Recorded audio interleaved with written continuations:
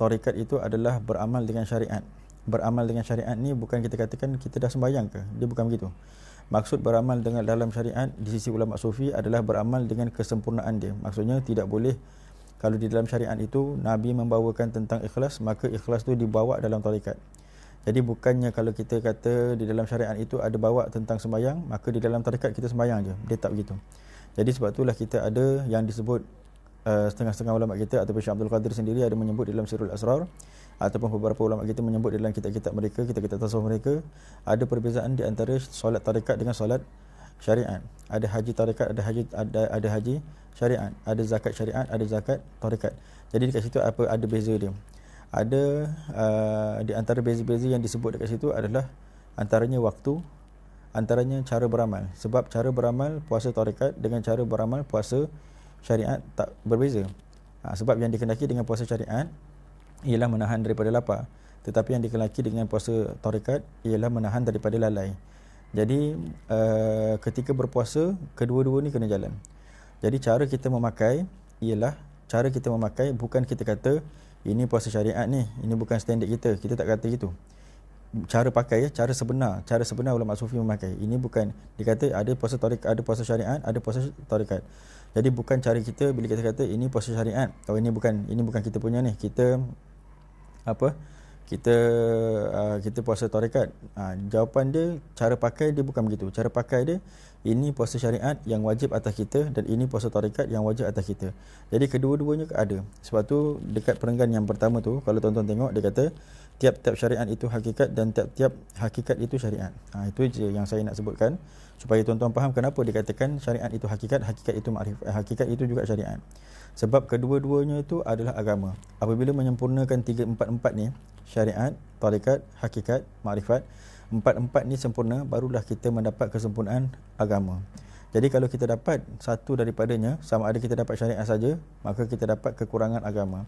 Kalau kita dapat hakikat saja, tak ada syariat, kita sebenarnya sudah terkeluar daripada agama. Jadi kafir zindik. Jadi sebab tu nak kena ada 4-4 ni barulah dikatakan agama. Oleh kerana 4-4 ni digabungkan barulah dikata ad-din adalah agama. Sebab itulah dekat sini dikatakan tiap-tiap syariat itu adalah hakikat dan tiap-tiap hakikat itu adalah syariat. Okey, begitu ya. Jadi itu perenggan yang pertama. Baru kita masuk perenggan yang kedua tu, yang tu kita baca sikit.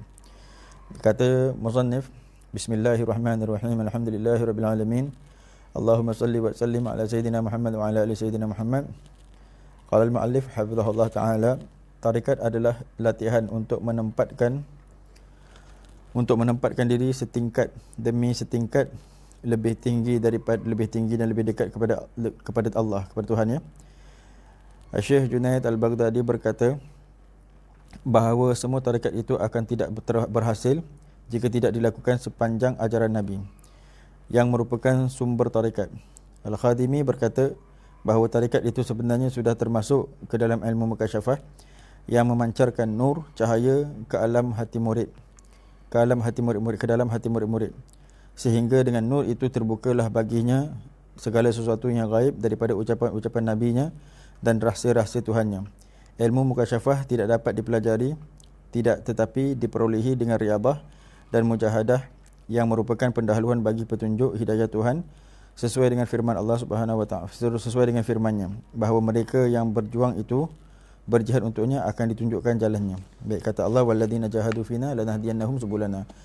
Bagi mereka yang bersungguh-sungguh kepada jalan kami, nescaya kami akan buka segala jalan-jalan kami. Baik, dekat sini tuan-tuan dia ada menyebutkan, dia kata Al-Imam Syekh Al-Junaid Al-Baghdadi, Al-Imam Al-Junaid Al-Baghdadi dia mengatakan bahawa tarekat tu, dia kata bahawa semua tarekat akan tidak berhasil. Semua tarekat tak akan berhasil melainkan dengan mengikut syariat. Jadi satu saya katakan tadi, 4-4 ni tadi dia itu adalah agama. Jadi mustahil satu orang itu jika dia menyangka diri dia itu tinggi dengan tarekat tetapi tidak menyempurnakan syariat dia, maka sebenarnya dia orang yang terbuang. Jadi bukan dia daripada ahli tarekat sebenarnya, kerana tarekat itu sendiri adalah menyempurnakan syariat. Cuma di dalam tarekat ini disebut kat sini ialah nur. Tengok ya. Tarekat itu adalah mana tadi? Ilmu, dia kata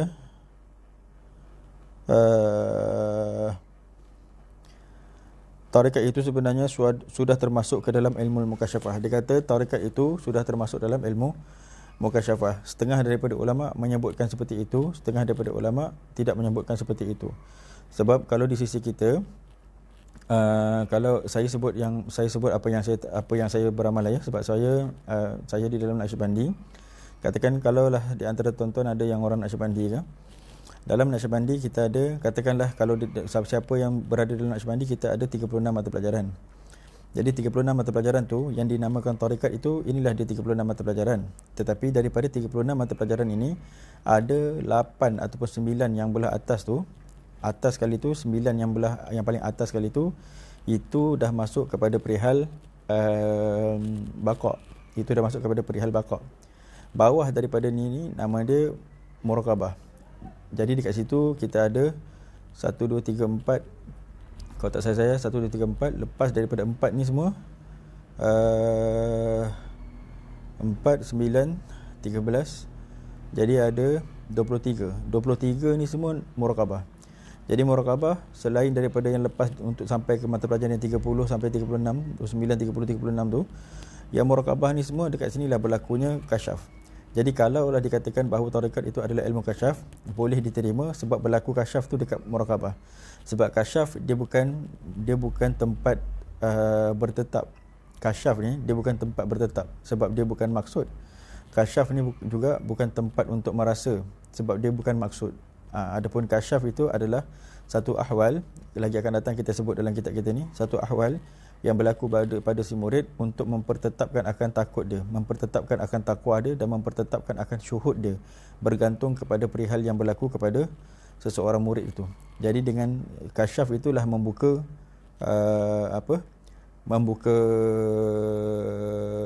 membuka tirai hati dia, sehingga dia dapat melihat sesuatu ataupun apa-apa daripada kejadian ataupun apa-apa daripada pemandangan yang boleh membawakan dia kepada takwa. Sebabnya ialah apa yang diwasiatkan oleh Nabi kita sallallahu alaihi wasallam ialah ittaqullah. Apa yang disuruh oleh Allah Subhanahu wa taala juga ialah wattaqullah wa yu'allimukumullah. Kemudian ya ayyuhalladzina amanu taqullaha wabtaghu ilaihil wasilah. Jadi Allah suruh kita takut.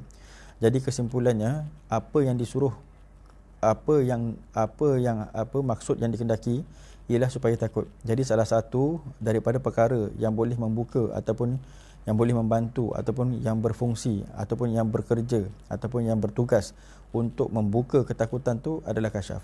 Jadi sebab tu dekat sini dia kata ilmu mukasyafah.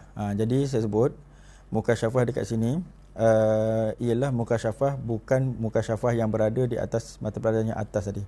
Suatu saya kata tadi boleh juga kita katakan ilmu tarikat itu ilmu mukasyafah, tapi sebenarnya tarikat biasanya belum boleh sampai kepada mukasyafah. Dengan muraqabah semata-mata dia tak sampai kepada hakikat mukasyafah.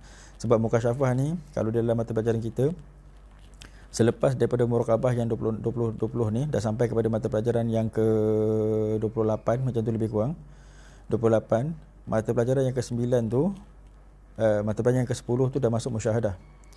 Lepas musyahadah